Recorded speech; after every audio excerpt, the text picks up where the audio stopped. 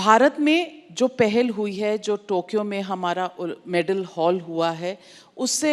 Enthusiasm तो बड़ा है, लेकिन लोगों का ये भी सवाल है कि टॉप लेवल के प्लेयर्स को हेल्प मिली है और वो आगे बढ़ सके हैं, लेकिन कुछ लोगों में शायद क्षमता होगी, शायद ट्रेनिंग पूरी तरह से नहीं होगी, तो एक मिडिल लेवल पे जो प्लेयर्स इस वक्त रह गए हैं उनको और आगे ले जाने के लिए क्या कुछ स्कीम्स होंगे, not just for the best but also may be the second run? देखिए, शायद इसी कल्पना के साथ मोदी सरकार ने शुरू किया था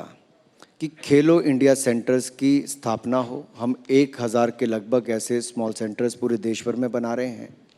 जहाँ पे एक डिसिप्लिन के ऊपर उस पे ऊपर काम होगा, वहाँ पे कोच होगा, खिलाड़ियों को ट्रेनिंग दी जाएगी।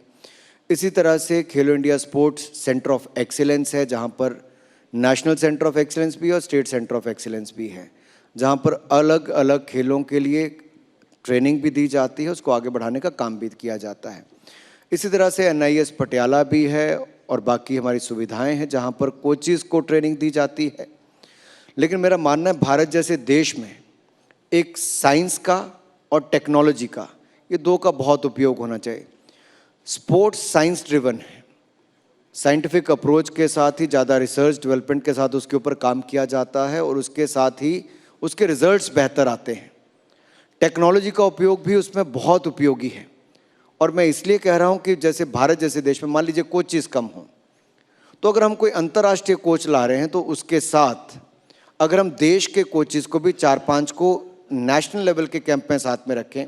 हमारे 5 कोचेस उसके साथ ट्रेन हो जाएंगे। टेक्नोलॉजी का उपयोग करेंगे, करिकुलम ऐसा बनाएंगे तो हम एप्लीकेशन के माध्यम से नीचे से हज़ारों लोगों को कोचिंग की टेक्निक भी दे सकते हैं। और खिलाड़ियों को भी अगर कोचिंग ऑनलाइन लेनी हो तो वो भी ऐप बेस्ड हो सकती है। और अगले कुछ महीनों के बाद हमारा प्रयास है कि हम देश में कोचिंग के लिए भी ऐप और खिलाड़ियों के लिए भी ऐप के माध्यम से कोचिंग की सुविधा हो, उस दिशा में भी हम कदम उठाने वाले हैं।